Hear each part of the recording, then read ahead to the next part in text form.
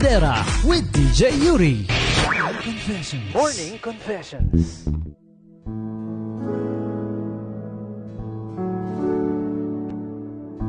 .1 News FM Olongapo.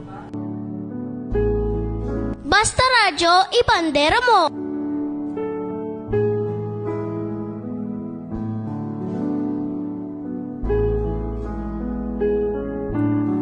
Magandang umaga, Yeri, sa lahat ng mga nakikinig at bumubuo ng iyong programa. Ako nga pala si Elena, ngayon po ay 32 years old. Mula sa isang simpleng pamilya. Hindi ko akalaing darating ako sa punto na kwentong pag-ibig ko naman ang ipapadala ko sa inyong programa.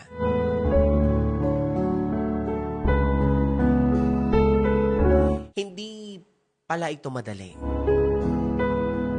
Pero sabi nga nila, kapag sinasabi mo, mas gumagaang ang pakiramdam. Nakilala ko si Marco sa trabaho. Tahimik siya, hindi pala biro, pero ramdam mong mabuti ang puso. Sa bawat kape na sabay naming iniinom, sa bawat uwian na sabay kaming naglalakad, doon ko unti-unting naramdaman na mahal ko siya. O Yuri, mahal ko siya pero hindi ko naman ito kayang sabihin.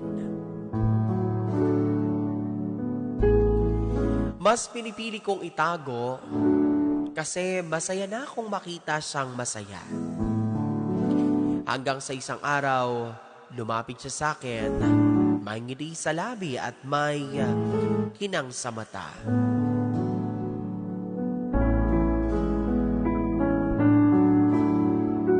Meron pala siyang ipapakilala sa akin. Ipinakilala niya Yuri ang babae na mahal niya raw. Parang may humigpit sa dibdib ko.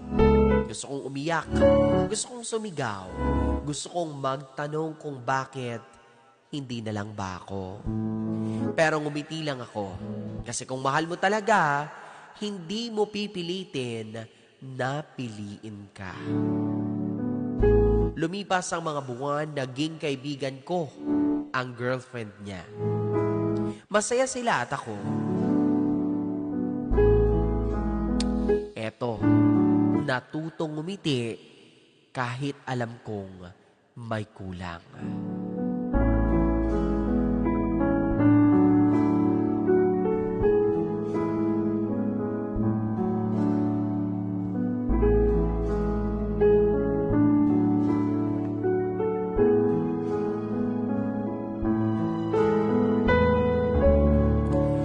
Hanggang sa dumating ang araw na ikakasal na sila Yuri.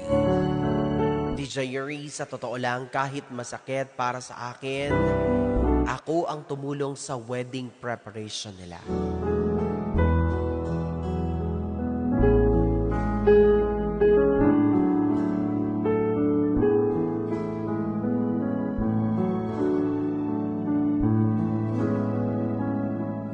Ako nag-ayos ng invitations, ako nagpadala sa kanya ng schedule niya. Ako ang laging nasa tabi niya bilang kaibigan. At nung araw ng kasal, habang naglalakad siya papunta sa altar, hindi ko napigilan ang luha ko. Hindi dahil sa inggit, kundi dahil sa realization ko na kaya ko pala siyang mahalin ng ganito lang. Kahit hindi ako ang pinili. Pero sa puntong ito, hindi niya pa rin alam Yuri. Bago siya maglakad papuntang altar, nilapitan niya ako. Nagpasalamat sa lahat ng mga nagawa ko para sa kanya. Ngumiti lang ako at sinabing masaya ako para sa'yo. Pero ang totoo, dun ko na siya tuluyang pinalaya. Hindi ko man makuha ang pag-ibig na gusto ko para sa kanya. Natutunan ko namang magmahal ng walang hinihinging kapalit, Yuri. At ngayon, DJ Yuri, unti-unti ko nang pinipili ang sarili ko. Masakit, oo, pero siguro darating din ang araw na pipiliin naman natin ang sarili natin na lumagaya. Darating ang araw na alam nating may pipili rin sa atin. Hindi dahil nandyan ako, kundi dahil ako talaga ang pinili. Hanggang dito na lamang po ang aking sulat. Nagmamahal at nagpapasalamat.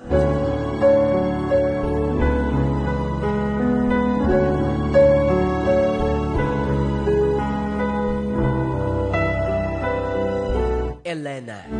At ito po ang aking Morning Confession.